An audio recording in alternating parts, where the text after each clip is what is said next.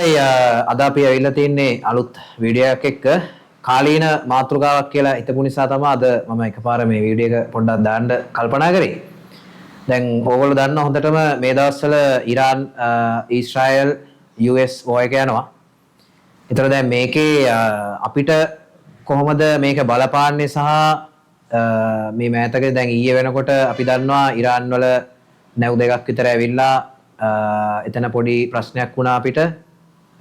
ඊට පස්සේ ඊයේ රෑ ජනාධිපති අනුර කුමාර දිසානායක කතා කරලා අපිට කිව්වා මොකද්ද වෙලා තියෙන්නේ දැනට සිටුේෂන් එක කොහොමද වෙන්නේ ඒක කොහොමද හැන්ඩල් කරලා තියෙන්නේ ඔය ටික අපිට කිව්වා. නමුත් මම ගොඩක්ම මේ වීඩියෝ එක කරන්න බලාපොරොත්තු වෙන්නේ දැන් අපි දකින දෙයක් තමයි මේ වෙනකොට සෝෂල් මීඩියා එකේ සහ පාර්ලිමේන්තුවේ පවා සෝෂල් මීඩියා එක පැත්තෙන් ගත්තොත් එහෙම ඔය සමහර පේජස් තියෙනවා ඔයගොල්ලෝ දකිනවා ඇති මේ ඇත්ත වගේ බොරු දානවා. දැන් උදාහරණයට මම දැක්කා දැන් ළමයි 300ක් එක්ක ඉරාන නැවක් මේ සරණාගතයොත් එක්ක ඇවිල්ලා ඉන්නවා විශේෂයෙන්ම ළමයි 300ක් කියන එක ලොකුවටම හයිලයිට් කරලා තිබුණා. දැන් ඔය කවුද චතුරාර්ය වගේ මේ ප්‍රවීණ මාධ්‍යවේදියෝ කියලා කියන කට්ටිය සමහරව දාලා තියෙනවා මේ ළමයි 300ක් එක්ක ඉරාන නැවක් ඇවිල්ලා තියෙනවා අපි මේ මිනිසුන්ට උදව් කරන්න ඕන මේ වෙලාවේ අපි අත දෙන්න ඕනේ එහෙම කියලා. ඒතර දැන් අපි කොහොමද මේ වගේ ප්‍රකාශයක් නිකුත් කරන්නේ? දැන් පළවෙනි දේ තමයි ගත්තාම දැන් ඉරානයේ එහෙම මේ සරණාගතයොත් එක්ක ආපු නැවක් අපේ වටේ කොහොමදවත් තිබිලා නැහැනේ. ඒක මුලදිම ඒක එතකොට පටන් ගන්න තැනම බොරුවක්. හරිද? දැන් මේ ප්‍රවීණ මාධ්‍යවේදියෝ කියන කට්ටිය කියන දේවල් මම මේ කියන්නේ. ඒතකොට දැන් මිනිස්සු හිතනවානේ දැන් ප්‍රවීණ මාධ්‍යවේදියෙක් චතුරාර්යලිස් වගේ කෙනෙක් මේ වගේ එකක් දාපුවම මේක ඇත්ත කියලා හිතනවානේ. කිසිම හොයා බැලීමකින් තොරව නිකාන් ඔහේ දානවා. ඒ කියන්නේ views ගන්න හරි එහෙම නැත්නම් NGO එකකින් සල්ලි ගරා ගන්න හරි මොකක් හරි අර පදනම් විරහිත විදියට මොන හරි ප්‍රකාශයක් එළියට නිකුත් කරනවා. ඒකල එකෙන් view count එක හදා ගන්නවා. එයා යම් දවසක දේශපාලනට එන්න බලාපොරොත්තු වෙනවා නම් ඒ සඳහා අවශ්‍ය කරන ෆැසිස්ට් වාදී වටපිටාවක් හදා ගන්න හරි ඒ වගේ මොන හරි අරමුණක් සඳහා තමයි ඔක කරන්නේ. දැන් මිනිස්සු ඔය වගේ දේවල් දැක්කට පස්සේ මොකද වෙන්නේ? මිනිස්සුත් පෙළඹෙන අන්න ළමයි 300ක් එක්ක නැවක් ඇවිල්ලා තියෙනවා අපි මොකද කරන්නේ අපි උදව් කරන්න ඕන එහෙම කියලා මේ ලංකාවේ අර තියෙනවානේ මිනිස්සුන්ගේ ඔය මේ තැන නොතැන නැතුව එකපාර කඩාගෙන බිඳගෙන ගිහිල්ලා උදව් කරන්න යන ගතිය.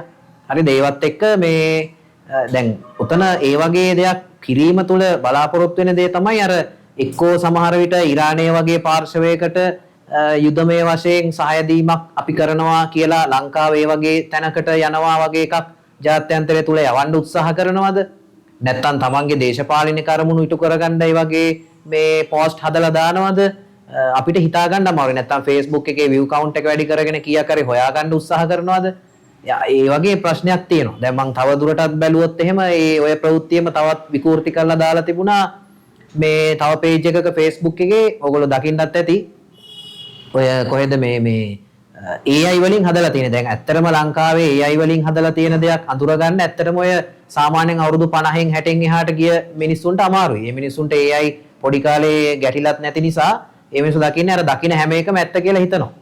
ඒ නිසා මම දැක්ක ඔය මේ let us in Sri Lanka කියලා මේ ලොකු රෙද්දක ලියාගත්ත මේ ළමයි වගේක් මේ නැවකට වෙලා මේ ලොකු ඒකක් බැනර් එකක් තියාගෙන ඉන්න ෆොටෝ එකක් මේගොල්ලෝ මෙහෙම ඉන්නවා අසරණ වෙලා කණ්ඩ බොන්න නැතුව මේ අනිවාර්යෙන් ලංකාව මේගොල්ලන්ට ඇතුළට එන්න දෙන්න ඕනේ කන්න දෙන්න ඕනේ කියලා ඒ වගේ මේ ට්‍රෙන්ඩ් එකක් මම දැක්කා ඊයේ මේ දවස් ඇතුළෙම මේ ලොකුවට අරන් ගියා.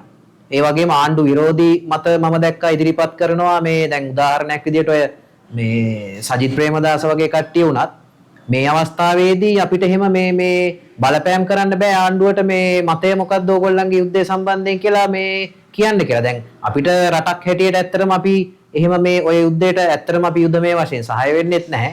ඒ වගේම මේ අපිට ඒ වගේ කෙලින්ම පැත්තක් ගන්න බෑ. අපි ඉරානයේ පැත්ත ගන්නවද? අපි US පැත්ත ගන්නවද? අපි ඊශ්‍රායල් පැත්ත ගන්නවද? අපිට ඒක ගැන කතා කරන්නවත් ඇත්තටම අයිතියක් නැහැ.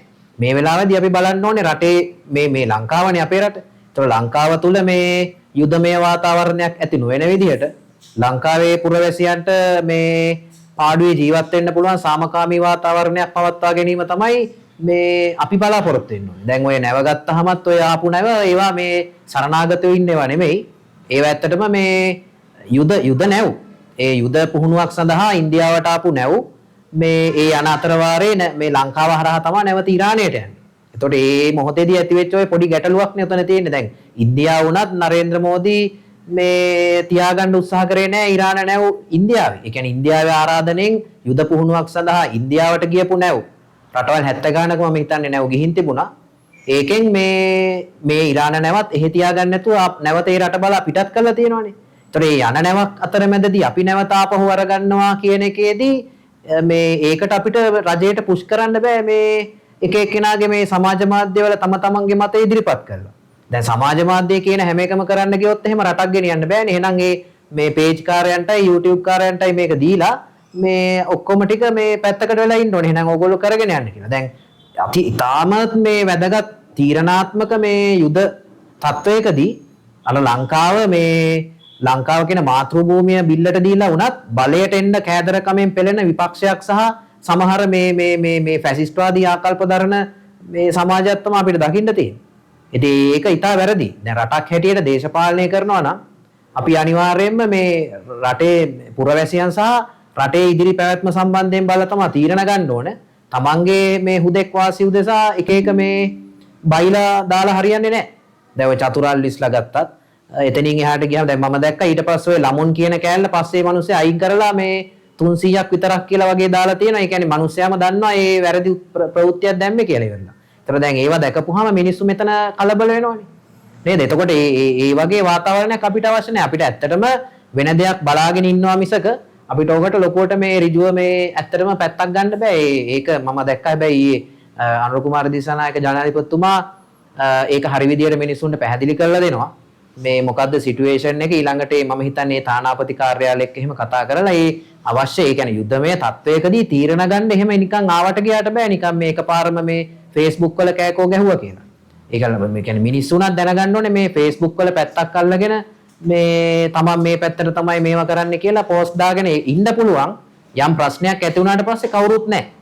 දැන් අපිට ඇත්තටම මේ රටවල් වල යන යුද්ධ වලට මේ මුහුණ දෙන්න තරම් මේ ශක්තියකුත් නැහැ අපිට අවශ්‍යතාවයකුත් නැහැ. ඒ කියන්නේ අපිට ඇත්තටම යුද්ධ අවුරුදු 30ක් විතර බැටකාපු යුද්ධයකින් බැටකාපු පිරිසක් ඉන්නේ. නැවත අපිට ඒ වගේ අවශ්‍යතාවයක් නැහැ. ඒ කියන්නේ මිනිස්සෙකුට උදව් කරන එක වෙනම දෙයක්. නමුත් ඒ සඳහා යුද්ධමය තත්වයක් තුලදී අපිට ආවට ගියට උදව් කරන්න බෑ. ඒ සඳහා මේ තානාපති කාර්යාලවල දැනුවත් කිරීම ඒ සඳහා ප්‍රොසීඩියර් එකක් තියෙනවා. ඒතකොට දැන් මේ තැන් වල මේ මම දැක්ක එදා ඔය රෝහිත අබේගුණවර්ධන කියන පුද්ගලයාත් මේ පාර්ලිමේන්තුව ඇතුලේ කෑ ගහනවා ට්‍රම්ප්ට බනිනවා. දැන් තමන් පුද්ගලිකව මතයක් දරන එක වෙනම දෙයක්. නමුත් වගකිය යුතු දේශපාලනකයෙක් විදිහට ඒ වගේ ප්‍රකාශ නිකුත් කිරීම වැරදි. ඒ මොකද දැන් ඔය තැන්වලදී ඔය ඉදිරිපත් කරන හැම වචනයක්ම මේ ලෝක දේශපාලනය තුල තීරණාත්මක වචන වෙන්න පුළුවන්. හරිද? ඒ නිසා මේ ආණ්ඩුව අපහසුතාවයටපත් කිරීමේ කුමන්ත්‍රණයක් තියෙනවද අපි දන්නේ නැහැ. එහෙම එකකුත් මම නම් හිතන්නේ තියෙනවා. මොකද අනවශ්‍ය විදිහට එහෙම අපිට පුෂ් කරන්න බෑ ඉරානයට උදව් කරන්න. මේ ට්‍රම්ප්ගේ මේ මතය හෙලා දකින්න කියලා එහෙම මේ රටක නායකයෙක්ව මේ අපිට පුෂ් කරන්න බෑ මේ වගේ තීරණාත්මක මොහොතක. ඒ කියන්නේ Facebook එකේ අපි දන්නවනේ එක එක හිතෙන හැමදේම දාන. දැන් ක්‍රිකට් මැච් එකක් පෙරදුනත් ටීම් එක හදන විදිහ පවා Facebook එකේනේ දාන්නේ. එතකන් මේ ගිහිල්ලා ක්‍රිකට් බෝලයක් හાર્ඩ් බෝල් ප්‍රැක්ටිස් කරලවත් නැති මිනිස්සු තමයි දාන්නේ මේ ක්‍රිකට් හදන්න ඕන විදිය ගැන. ඉතින් එහෙම මේ රජයට තමන්ගේ මතය දාලා ඉදිරිපත් කරලා මේ එහෙම රටවල් කරන්න බෑ කොහෙවත්. ඒ නිසා මම විශේෂයෙන්ම ගන්නේ ඕගොල්ලන්ට මේ වීඩියෝ එක ගෙනාවෙත් මේ යන මතයන් වලට ඔය Facebook එකේ යන දේවල් ඔක්කොම ඇත්ත කියලා පිළිගන්නත් එපා. බහුතරයක් AI වලින් ඔය හදපු ඒවා දැන් අර ළමයි වගේක් latest in ශ්‍රී ලංකා කියලා ඒ වගේ අල්ලගෙන මම දැක්ක page එකක හදලා තියෙනවා ලංකාවේ views උත් සෑහෙන ප්‍රමාණයක් like comment සෑහෙන ප්‍රමාණයක්. ඉතින් දකින මිනිස්සු හිතන්නේ ඇත්ත එකක් කියලා. එතකන් මේ ආමි නැවක් ගැන තමයි ඔය කියන්නේ 208 දෙනෙක් සෙබළු හිටපු නැතුව ළමයි අසරණ වෙච්ච ළමයි සරණාගතයෝ 300ක් ගෙනෙල්ලා ආපු කිසිම නැවක් මේ ලංකාව වටේ එහෙම ඇවිල්ලා නැහැ. එතකොට දැන් වගකිව යුතු මේ channel එකක වැඩ කරන වගකිව යුතු ජනමාධ්‍යවේදීව පවා මේ වගේ වැරදි ප්‍රචාරයන් මේ රට පුරා ගෙනියන්නේ මම හිතන්නේ මේක මේ රට බිල්ලට දීලා හරි කමක් නැහැ. තමන්ගේ දේශපාලනය කර ගැනීම සහ තමන්ගේ ස්වාර්ථය මේ සාක්ෂාත් කර ගැනීමේ අරමුණක් තමයි ඒගොල්ලන්ට තියෙන්නේ. පැහැදිලිද? ඒ නිසා රටක බුද්ධිමත් පුරවැසියෝ විදියට ඕගොල්ලෝ දැනගන්න ඕනේ දකින්න හැමදේම විශ්වාස නොකර ඉඳීමටත් ඕක ඇතුලේ රන් වෙන දේශපාලනයට හසු නොවි මේ වගේ අවස්ථාවක මධ්‍යස්ථ තැනක ඉඳලා දැන් අපි දන්නා ලොකු රටක් විදියට ඉන්දියාව වුණත් තාමත් යුද්ධය සම්බන්ධයෙන් කිසිම ප්‍රකාශයක් නිකුත් කළා නැහැ. ඒගොල්ලොත් මධ්‍යස්ථ මතධාරීව ඉන්නවා. මොකද අපිට අවශ්‍ය නැති ප්‍රශ්න අපි අනිවාර්යෙන් ඇගේ දා ගන්න අවශ්‍ය නැහැ. සමහර දේශපාලකයෝ ඉන්නවා මේ අවස්ථාවේ බොරදියේ මාළු බාන්නාසේ මේ යුද්ධය මත හරි කමක් නැහැ. ඒ කියන්නේ ලංකාවේ මිනිස්සු මැරිලා ගොඩනැගිලි විනාශ වෙලා ආර්ථිකය වැටලා හරි කමක් නැහැ. යුදමය වාතාවරණයකින් හරි තමන්ගේ මඩිය තද කරගන්න උත්සාහ කරන ජඩ දේශපාලකයෝ තාමත් ඉතුරු වෙලා ඉන්නවා. ඉතින් මේ දේශපාලනය තවදුරටත් යන්න බැහැ ලංකාව තුල. එතකොට මේ පවතින ආණ්ඩුවට ඒ වගේ සමාජ මාධ්‍ය හරහා තීරණ ගැනීමට පුෂ් කරන්න තරම් අපිට හැකියාවක් නැහැ, අපිට අවශ්‍යතාවයකුත් නැහැ. මොකද මේ මිනිස්සු දන්නවා ඒක අවශ්‍ය ආකාරයෙන් මධ්‍යස්ථ ආකාරයෙන් රටට ප්‍රශ්නයක්, විශේෂයෙන්ම ලංකාවට ප්‍රශ්නයක් නොවන ආකාරයෙන් ඒ ගැටලුව විසඳ ගන්න. දැන් ඒ ජනාධිපතිතුමා ඊයේ මම දැක්කා ඒ ජාතිය අමතලා ඒ ප්‍රකාශය පිළිබඳව ඒ කරපු වැඩ පිළිබඳව පැහැදිලි කිරීමක් මිනිසුන්ට දුන්නා. ඒක ඉතා වැදගත්. මොකද නැත්තම් මේ එක එක තැන්වල සංසරණය වෙන බොරු ප්‍රවෘත්ති හරහා මිනිසුන් මුලාවට ලක්වීමක් සහ මිනිස්සු අනවශ්‍ය විදියට ආවේගශීලී ප්‍රකෝපකාරී ආකාරයකට හැසිරීමක් උත් දකින්න පුළුවන්. ඉතින් ඒ නිසා මේ මින් ඉදිරියට ඔය සම්බන්ධයෙන් යන මේ කතාවවලදී මේ මීට වඩා ටිකක් ඔළුව කල්පනා කරලා හැඟීම් වලට වහල් නොවි මේ යුදමය තත්වයකදී ශ්‍රී ලංකාව කොහොමද අපි මේ රටක් හැටියට ස්වාධීනව මේ අවස්ථාවට මුහුණ දෙන්නේ කියන එක පිළිබඳ අවබෝධයෙන් මේවට මුහුණ දෙන්න කියන එක තමයි මට අද වීඩියෝ එකෙන් ලොකුවටම මේ පණිවිඩය දෙන්න අවශ්‍ය වුණේ. ඉතින් නැවත මේ වගේ අපි පොඩි මේ දවස්වල යන කාලින ටොපික් එකක් එක්ක නැවත හම්බෙමු. එතෙක් ඔබට ජය.